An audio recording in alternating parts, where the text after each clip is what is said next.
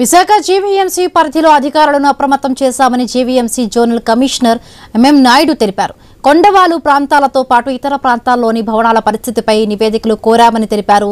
35వ ward పరిధిలో కుంగిన Kasireddy plaza ఘటనలో బిల్డర్లకు, site యజమానులకు నోటీసులు ఇచ్చామని తెలిపారు. జోనల్ పరిధిలో క్షేత్రస్థాయి అధికారుల పర్యవేక్షణపై దృష్టి పెట్టామంటున్న జోనల్ కమిషనర్ నాయుడుతో మా ప్రతినిధి రాజు ఫేస్ టు ఫేస్.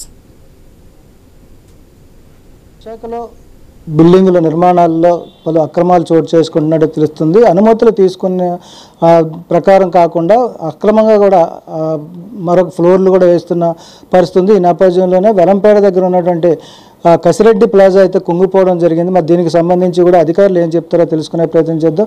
మనతో పాటు జోనల్ కమిషనర్ ఎంఎం నాయుడు గారు ఉన్నారు. సార్ చెప్పండి, ఏదైతే వెలంపేట దగ్గర ఉన్నటువంటి కసిరెడ్డి ప్లాజా ఇప్పుడు వివాదాస్పదంగా మారింది, భవిష్యత్ ఆందోళనకరంగా మారింది, ఏం జరుగుతుంది సార్?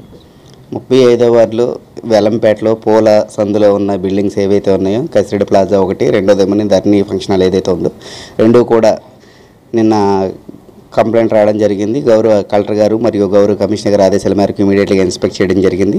సో అక్కడున్న పరిస్థితిని చూస్తే ప్రమాదకరంగా ఉన్నది కాబట్టి ఇమీడియట్గా ఆ టెనెంట్స్ ఎవరైతే ఉన్నారో అపార్ట్మెంట్లో ఉన్న 90 ఫ్యామిలీస్ని ఇమీడియట్గా ఖాళీ చేయించడానికి చర్యలు తీసుకోవడం జరిగింది. అదేవిధంగా వాళ్ళందరికీ కూడా నోటీస్ సర్వ్ చేయడం జరిగింది.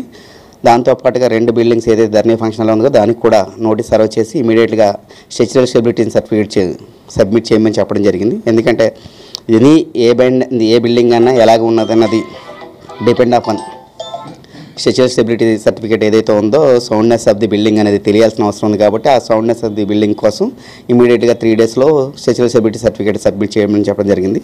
సో ఇప్పుడు ఈ స్ట్రక్చరల్ స్టెబిలిటీ సర్టిఫికేట్ బేస్ చేసుకొని అది సౌండ్నెస్ బాగుంది అనుకుంటే దే హ్యావ్ టు అలౌ చేయడం జరుగుతుంది. సౌండ్నెస్ బాగాలేదనుకుంటే తదుపరి చర్యలు తీసుకోవడం జరుగుతుంది. ఇప్పుడున్న పరిస్థితుల్లో అది ఎందుకు వరగాల్సి వచ్చిందంటే ఆ ప్లాన్ ప్రకారం నిర్మాణాలు చేసేటప్పుడే అధికారులు, మీ సచివాలయం సిబ్బంది కావచ్చు, మీ కింద ఉన్నటువంటి అధికారులు కావచ్చు, పర్యవేక్షణ చేయాల్సి ఉంటుంది.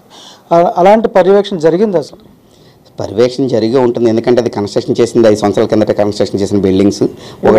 లాస్ట్ ఇయర్ కన్స్ట్రక్షన్ అయిందని చెప్పి ఒకటి 5 సంవత్సరాలు, 2 సంవత్సరాల కన్స్ట్రక్షన్ అయ్యిందని తెలిసింది. సో కాబట్టి ఇది డీటెయిల్ ఎంక్వైరీ కూడా జరుగుతుంది. బట్ అయితే కన్స్ట్రక్షన్ చేస్తున్నప్పుడు అక్కడ ఏదైతే బిల్డింగ్ కన్స్ట్రక్షన్ చేస్తున్నారో ఆ building owner and structural engineer ఉంటారు.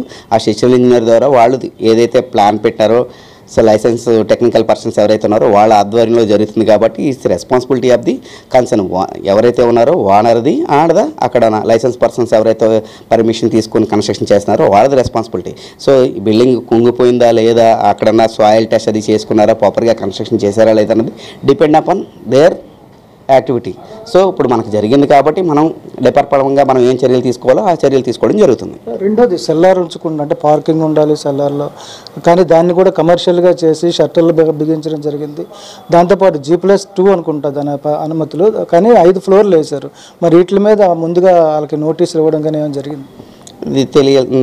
ఇది డీటెయిల్ డేటా అంతా కూడా టౌన్ ప్లానింగ్ డిపార్ట్మెంట్లో ఉంటుందండి. సో దాని మీద సమగ్ర విచారణ జరుగుతుంది. దానిపై సమాచార విచారణలో అన్ని విషయాలు వెలుగులోకి వస్తాయి కాబట్టి దాని ప్రకారం తదుపరి చర్యలు తీసుకోవడం జరుగుతుంది. అంటే ఇప్పుడు అక్కడ ఎవరైతే ప్లాట్లు కొనుక్కొని ఉన్నారో వాళ్ళందరినీ కూడా ఉన్న ఫలంగా బయటకు వెళ్ళిపోమంటే మేము ఎలా వెళ్ళిపోతాం, మాకు ఎన్ని లక్షలు పెట్టి కొనుక్కున్నాం కాబట్టి మాకు సరైన హామీ ఇవ్వాలి, అధికారులు మధ్యలో ఉండాలని చెప్పి అడుగుతున్నారు. మీ మీద కూడా కొన్ని ఆరోపణలు చేస్తున్నారు. మీరు చనిపోతే ఎవరికి బాధ్యత అంటూ మా మీద కలబడుతున్నారని చెప్పి కూడా కొంతమంది ఆరోపణలు చేశారు. దానికి సో ఆరోపణ ఏమీ లేదండి. అప్పుడు ప్రతి వ్యక్తి జీవించే హక్కు అనేది ఉంటుంది. అప్పుడు అందులో ఉన్న వ్యక్తి, ప్రతి కుటుంబం వాళ్ళు కొన్ని లక్షలు పోసి కొనుక్కోవడం అనేది నిజం.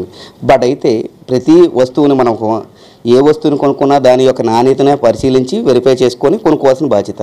ఇప్పుడు ఏదో జరిగింది, దాంట్లో మేము ఎందుకు ఖాళీ చేయాల్సి వచ్చిందంటే వాళ్ళని ఎన్నపల్లంగా వర్షాలు పడి ఉన్నాయి, ఆల్రెడీ పరిస్థితి ఉంది, బిల్డింగు వాలి ఉంది, ఏదైనా జరిగితే అక్కడ సో ముందు ఆ వ్యక్తి అనేది అక్కడ ఉన్న కుటుంబాలు అనేది బతకడం అనేది ఇంపార్టెంట్. తర్వాత కాంపెన్సేషనా లేకపోతే బిల్డర్ తోటి లాస్ అయిపోయారా లేదా అన్నది తదుపరి చర్యలు తీసుకోవడం అనేది ముందు వాళ్ళు బతకుండడం అనేది ముఖ్యం. సో ఆ కాన్సెప్ట్లో వాళ్ళని బతికించాలి, ఆ కుటుంబాలు సేవ్ చేయాలి అనేది ముఖ్యం. కాబట్టి దానికోసం ఎవాక్యుయేట్ చేయడం జరిగింది. తదుపరి చర్యలు ఆ బిల్డర్స్ వాళ్ళు దే హ్యావ్ టు, ఎవరైతే కనుక్కున్నారో వాళ్ళు దే హ్యావ్ టు ప్లాన్ చేసుకోవడం జరుగుతుంది, అగ్రిమెంట్ చేసుకోవడం జరుగుతుంది.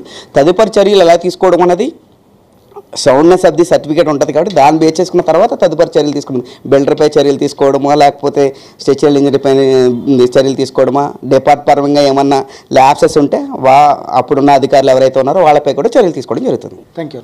ఇదే మొత్తంగా చూసుకుంటే ఏదైతే జీవీఎంసీ పరిధిలో జరుగుతున్నటువంటి నిర్మాణాలకు సంబంధించి ఇప్పుడు వెలంపేటలో జరిగినటువంటి ఈ ఘటనకు సంబంధించి కూడా అధికార యంత్రాంగంతా అప్రమత్తమైంది. ఇప్పటికే ఆ బిల్డర్లకి అదేవిధంగా ఎవరైతే సైట్ ఓనర్స్ ఉన్నారో వాళ్ళకి కూడా నోటీసులు సర్వ్ చేయడం జరిగింది. ప్రాణాలు కాపాడాలన్న లక్ష్యంతోనే అక్కడ ఉన్నటువంటి ఎవరైతే నివాసితులు ఉన్నారో వాళ్ళని అయితే ఖాళీ చేయమని చెప్పడం జరిగిందని కూడా జోనల్ కమిషనర్ తెలియజేస్తున్న పరిస్థితి. దీంతో పాటు కూడా ప్రస్తుతం ఈ ప్రాంతంలో ఉన్నటువంటి ఇతర భవనాల మీద కూడా దృష్టి పెట్టాం, దిగువ స్థాయి సిబ్బందిని కూడా పంపించి పర్యవేక్షణ చేస్తున్నామని చెప్పి ఎంఎం నాయుడు తెలియజేస్తున్న పరిస్థితి. వీడియో జర్నలిస్ట్ స్వామితో రాజు, ఐ న్యూస్, విశాఖపట్నం.